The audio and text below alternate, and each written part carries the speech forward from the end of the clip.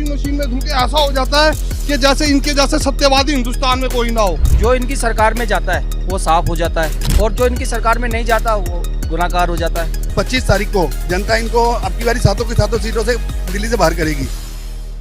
ऐसे में दिल्ली सरकार के अंदर आने वाली दिल्ली की जनता क्या सोचती है, हम ये भी जान लेते हैं। तो चलिए हम लोगों से बात करते हैं, जानते हैं कि उनका रिएक्शन क्या। केजरीवाल जो अभी दिल्ली के सीएम हैं, वो इस वक्त तिहाड़ जेल में बंद हैं। इस गिरफ्तारी को आप किस तरह से देखते हैं? जहाँ तक मेरा कहना कि ईडी को कुछ सबूत भी नहीं मिला कि हाँ भाई इन्होंने कितना पैसा खाया है, कुछ किया है। अब संजय सिंह जी रिहा हो गए, ईडी ने हाथ खड़े कर दिए कोर्ट के अंदर कि हमारे पास कुछ नहीं है, इनको जमानत दे दी जाए।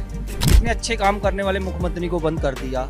सबसे मेन बात है, आप देखिए अभी किसी भी स्टेज के, कोई भी स्टेट लगा लीजिए आप इंडिया का, उसके अंदर आप देख सकते हैं किसी मुख्यमंत्री को बंद कर सकते हैं। जो इनकी सरकार में जाता है वो साफ हो जाता है और जो इनकी सरकार में नहीं जाता वो गुनाहगार हो जाता है। 65 करोड़ रुपए ईडी ने दिया, तो पैसा कहाँ से आया? खनन माफिया जिसके ऊपर सीबीआई के इतने केस चल रहे हैं, ठीक है, उस बंदे को तुमने बिल्कुल क्लीन चिट दे दी, उसको जमानत भी दे दी, ठीक है। जिसके ऊपर कोई केस नहीं है, किसके पास 1 रुपया नहीं मिला, आपने उसको जेल में डाला हुआ है। तो जनता सब समझती है आने वाले टाइम में 25 तारीख को जनता इनको अब की बारी सातों की सातों सीटों से दिल्ली से बाहर करेगी। ये तो तानाशाह की गुंडागर्दी है जो अंदर किया हुआ है, नहीं तो मतलब ही नहीं ना जी, कोई कॉन्क्रीट सबूत है नहीं उनके पास, जबरदस्ती में अंदर किया हुआ है। अगर कोई कॉन्क्रीट सबूत नहीं है तो फिर ऐसे जेल में कोई रखने का तो अधिकार है नहीं। संजय सिंह जरूर, अब तो जमानत पर है ना। हाँ तो जमानत पे ही तो, नहीं तो अगर होता तो अपोज करती ना ईडी ने अपोज नहीं किया, उनके पास कोई सबूत ही नहीं था। ये पत्थर जो मेरे जिस्म को छूकर गुजर गया और सांसों में खौफ का सन्नाटा भर गया। जिसके सर बचे थे वो सभी थे बेजुबान और जिसने जुबान से काम लिया उसी का सर गया। इस समय ये परिस्थिति हो गई है, जो बोले गवर्नमेंट सर्वेंट बोल नहीं पाता क्योंकि उसको अपनी नौकरी प्यारी है, और जो बोलेगा उसके उद्योग धंधे काम धंधे बंद करा देंगे। अब जो बोलना चाह रहा है उसको बाकी उठा के अंदर डाल रहे हैं। बीजेपी जो है ईडी और सीबीआई का गलत दुरुपयोग करते हुए इन्होंने सारी विपक्षी पार्टियों के ऊपर मुकदमे, भ्रष्टाचार के आरोप लगा रहे हैं। और इनकी पार्टी एक इतनी साफ है, जो इनकी पार्टी में जाता है वॉशिंग मशीन में धुल के ऐसा हो जाता है कि जैसे इनके जैसे सत्यवादी हिंदुस्तान में कोई ना हो। कि ईडी ने कोई भी ऑब्जेक्शन रेज नहीं किया जब वो बाहर आए थे, कोर्ट ने उन्हें जमानत दी। ईडी ने कोई भी प्रश्न नहीं किया।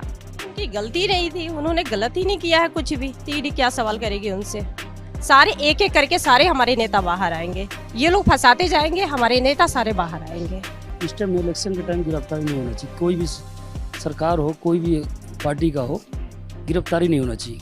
इलेक्शन के बाद होती तो अच्छा लगता है। केजरीवाल को बाहर आना चाहिए और जंग में जीतना चाहिए, क्योंकि इस टाइम इलेक्शन का टाइम है। और केजरीवाल जी ने काफ़ी कुछ किया है आम जनता के लिए, तो इस बिहाफ पे अभी नहीं होना चाहिए।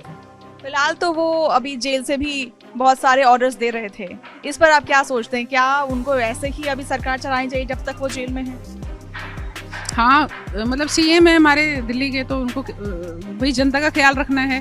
तो जहाँ भी हैं वो, जिस जगह पे भी हैं, तो वो तो इंस्ट्रक्शन वहीं से देंगे ना। अपने लोग जितने भी जूनियर उनके हैं या मंत्री हैं तो उन्हीं को देंगे। अगर आपको चुनाव में हराना है तो ऐसे लड़के हराओ, ऐसे नहीं कि सबको जेल में बंद करते जाओगे एक दूसरे को पकड़। इनको रिहा कर दें और इनके साथ इलेक्शन लड़े। अगर वो हारते हैं तो वो हार मानी जाएगी, ये हार उनकी तो जबरदस्ती उनको कैद किया जा रहा है। उन्हें रिहा होना ही चाहिए, रिहा करना चाहिए। गिरफ्तारी का कोई मतलब नहीं होता। कहीं पे उन्होंने कुछ गलत किया होगा तभी तो ये सारी गिरफ्तारियां हो रही हैं। मन मर्जी चल रही है, मन मर्जी चल रही है। ऐसे तो कोई भी किसी को पकड़ लेगा। तानाशाही चल रही है, गिरफ्तार नहीं होना चाहिए, उन्हें रिहा ही होना चाहिए।